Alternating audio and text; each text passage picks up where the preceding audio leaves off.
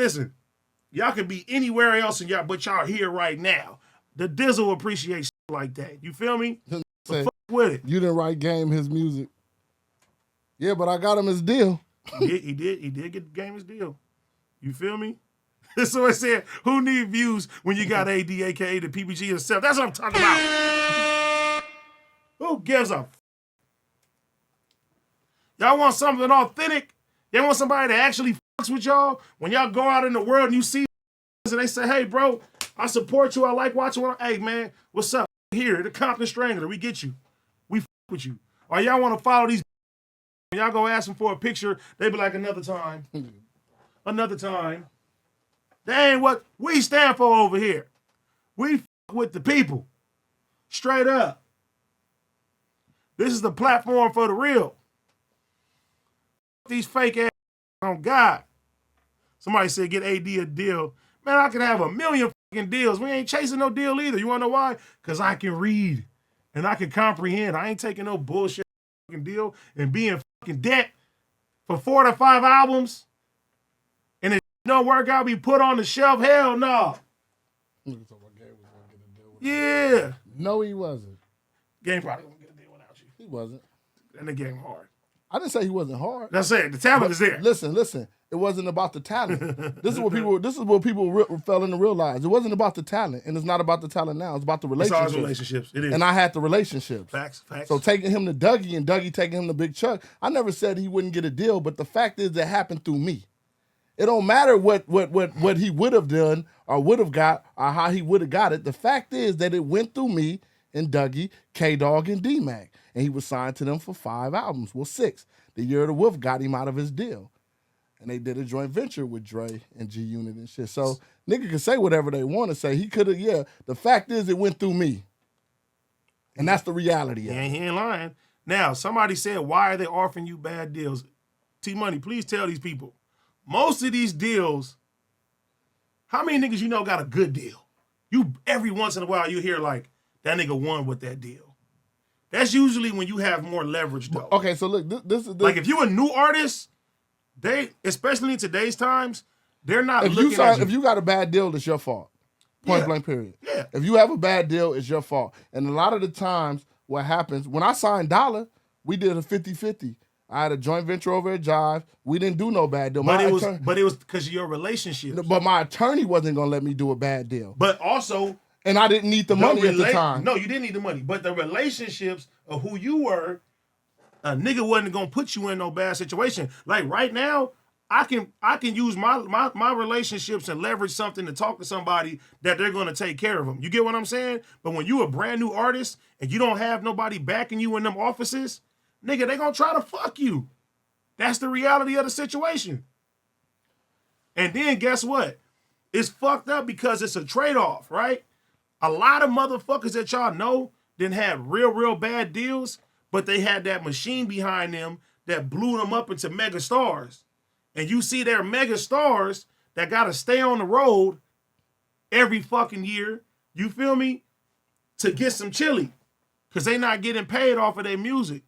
But somebody just said the first deal is always the bad deal. No, it's not. No, it's not. The first deal, okay, so what happens is a lot of people that come into... Unless you like a Master P who allegedly was hustling and had money. Certain niggas that was hustling, allegedly, because I don't know and I don't want to say they was hustling. This allegedly, that's the story, that a nigga was hustling and he had his own money. He didn't have to take what they offered him, so he was able to negotiate. So even your first deal, when they send you your contract and you send it to your attorney tells you shouldn't do this because they got to go through red lines. But what happens is when they say, hey, we're going to give you a $250,000 advance and we're going to give you a $2 million budget, and the nigga ain't never had no money, and he like, man, I got bills to pay. They giving me a $250,000. A nigga banking on you. Yeah, because a nigga banking on you, you know what I'm saying? Most people are like, damn, when you starving and you struggling, who the fuck gonna turn down a $50,000 advance or $100,000 advance? And that's not even a lot of money for an advance. To them it is. No, I'm saying. You never had no money. You ain't had no chili. You're gonna be like, damn, I'm gonna take this 100. Then guess what? You spend that shit up. Next thing you know, they're like, hey man, You went into this with your recording budget. This was your budget for everything. And now you supposed to make shit shake for the next 3 to 4 albums off of that little chili that they gave you. Fuck your shit up. It's all fucked up, man. It's all fucked up. But everything is always leverage, though. If you got leverage, then you can have different conversations when it comes down to these fucking labels and shit like that. And if you look at it right now, look, the labels are fucking failing. They're fucking failing right now. Straight up. They're dropping a lot of motherfuckers. They don't have no money to really give out like that. And if they are gonna put their money on something, they're gonna put their money on something that they think is hot. So they're gonna say, "Oh, who's blowing up on TikTok? Well, shit, that's what we should put our money into." Well, look, somebody was like 100,000 advance is laughable. $100,000 is a lot of money when you never had no money. Yes. And if you know what to do with it, see what happens is niggas get 100,000 and go blow it. They don't reinvest it back in themselves. No. They start depending on the label, forgetting why the label was even paying attention to them. The label was paying attention to them from the work that they were doing and the grinding they was doing. Then they get money and then they get comfortable and start reinvesting themselves and say, hey, well, I'm signed to a label. Y'all should be doing this. No, you still should be doing the same thing you've been doing because that's just extra. And the label is the machine. See, somebody said streaming got the game watered down. No, you just gotta you gotta understand, right? We don't have for music discovery. We don't really have platforms anymore for music discovery. So artist development. So you know what people do now?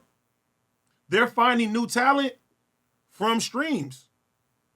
I'm pretty sure when Kai Cenat had, big shout out to On the Radar, Gabe and all them, they probably bought artists in that people heard for the first time off of doing those freestyles and shit like that. Everything is content, but now the content is direct to consumer. But people are not waiting for curated shit anymore. Like, yeah, some people listen to like Spotify playlists and they may hear a new artist, but the discovery of artists is hard now. Like I tell people all the time, it's like, nigga, how do you promote your music in 2025 going on 2026? If you ask most of these motherfuckers right now, especially when it comes down to the West, they be like, man, I gotta go on one of these platforms. You gotta come to Cuhmunity. You gotta come on back on Fig. You gotta come to certain shit. Like, you feel me? This is what they're doing now. But listen, and I'm not taking nothing from nobody, but that's what's whack. And I'm gonna tell you why. Because back then, even if you go play, when I got my first deal, right? If you go play some music and it had potential, they would give you development money. They'll be like, it's not all the way there, but here go 150,000 to go finish developing and then come back. You see what I'm saying? Now it's just like they're just looking for numbers. So the music don't even have to be good. But you got to think about it. Look what you just said. They was giving out fucking money and people was not recouping that shit back. That put them in a hole. You're never in the hole. I'm talking about the label. You're never in the hole with the label. But you get what I'm saying, though? No, I understand exactly what you're saying. If I invest $3 million into you and you only make me back $300,000, $400,000 to the label, that's a bad investment. Okay, but again, so what are they gonna do if you don't recoup? What do they do? They put you on the shelf. And then what do? You're a tax write-off. They drop you, right? Yeah. So you're never in debt because what happens is Interscope might know what to do with you, but Jive might not know what to do with you. So if they shelf you and let you go, right, it's a tax write-off. The only way that you're in debt is if Interscope say, hey, I know what to do, and come try to buy you out of them. Then it's like, okay, we paid $1 million to get you out. Now you owe us $1 million. So it's always good to just get dropped. Get dropped, tax write-off, and let somebody else come get you. You don't owe nothing. But guess what? Unless you got relationships or leverage, once again, once you get dropped, all that is translating to other labels is he wasn't successful with the machine behind him. Correct? Oh, no, because somebody at the label might know what to do with you. Okay, like Jive, right? Jive didn't know what to do with Dollar. They're a radio label. And then as you know, in LA, we don't really have any urban radio stations. It's all top 40. So they're going to play Future, then they'll play Katy Perry, then they'll play Whitney Houston. FMW radio, we don't got to play no music. You know what I'm saying? We can play the fuck we want. In Atlanta, big shout, Power 106. If Atlanta is an urban radio station, then it's an urban radio station. They're not playing that other stuff, so it's easier to break records out there. So Jive didn't know what to do with Dollar. But other labels was like, listen, don't say nothing. Don't rock no boats. Let them shelf y'all, drop, and come fuck with us. You see what I'm saying? We know what to do with it. See, but guess what? You missing the biggest part. That's your relationship. Your relationship made somebody give you the real play. Yeah. I'm talking about artists who just, you know what I'm saying? They come out, okay, for instance, they come out with a hot single and they don't know how to navigate. Me, when I had my fucking record, I didn't know what the fuck to go, you feel me, or what to do. I'm asking motherfuckers. I'm sitting there like, okay, what do I do with this? What do I do with it? I didn't have the relationships back then. So you just hoping for the best, and you feel me? And you figuring shit out along as you go. So, but I'm glad now that I can educate my homies and certain motherfuckers like, hey, check this out. You got a record? This what you got to do with this shit now. You got to do this. But it keeps changing. It keeps shifting anyways. You know what I'm saying? But like T-Money said, relationships is everything in any industry. It's not just the music industry. World. It's in every industry. Relationships get you in the money keeps you in the environment that you need to be in, and the relationships get you in the door. And this is why, like, from the get-go, I've always, look, back in the days, I used to burn a lot of bridges. You feel me? I didn't give a fuck. And big shout out to my brother Ali, Mixed by Ali, Top Dog. He told me, like, hey, bro, you never know who you're gonna need in the future when it come down to this shit. You know what I mean? So even when it come down to getting on these cameras and shit like that, for a long time, I didn't want to offend motherfuckers. Cause I'm like, what if I need these motherfuckers in the future? Now, I still think like that, but for the most part, it's like we've created our own ecosystem, and I got enough leverage now that I can just, you know what I'm saying, say what the fuck I want to say, and it's nobody that can really gatekeep a nigga that got his own shit going. You get what I'm saying? But there are motherfuckers that, behind the scenes, they'll blackball you from bigger business. For sure. You won't even know it. Motherfucker will show interest in you, and you start hearing them whispers like, I don't know. We're like, damn, why nobody fucking with me? No, nigga, because you're doing stupid shit. That's why I don't be quick to get on camera and say, oh, fuck this nigga. Because for one, most of the people that say that shit, they don't really feel like that. They see a nigga, they won't do nothing to him. And then three, later on, they be like, oh, I was just playing. Like, no. And that's where the integrity comes with this shit. It's like, nah, if I say fuck a nigga, then it's really fuck a nigga. Cool, I don't need you for that.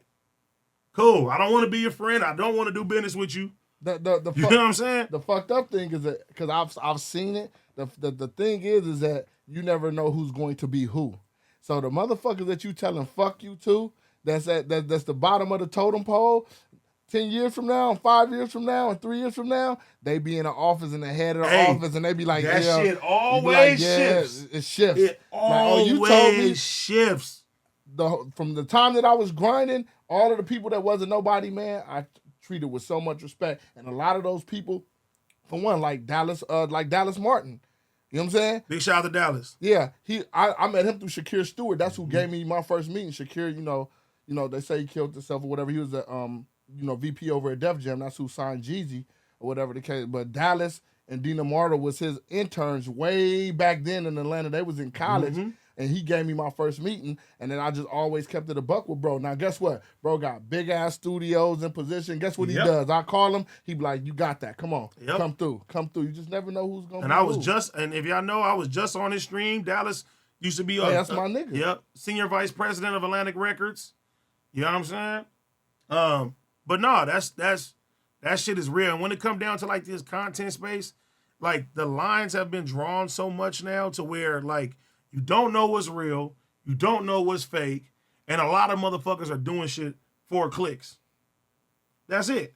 But I like to think when this shit 10 years from now, 15 years from now, whatever this evolves into, you feel me? Or when it's all said and done, nigga can stand by everything that he said. You know what I'm saying?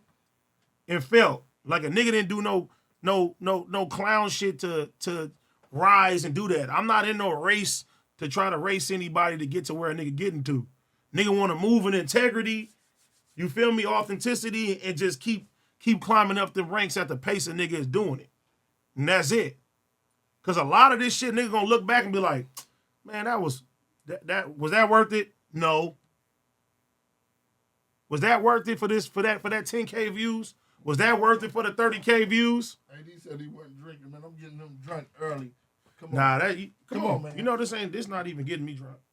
What's happening? It's your boy AD, aka PPG, man. And every day, come get in on the fun with us, man. We have Prize Picks, you know what I mean? The #1 daily fantasy sports in the game right now. And if you drop $5, you get $50 instantly in lineup credits when you use my code Cuhmunity. I'm gonna tell you one more time. All you gotta do is drop $5. You get $50 instantly in lineup credits. I know y'all see when we play every day. Well, come win with us, man. This is the Cuhmunity. Big shout out to Prize Picks. Let's keep getting it.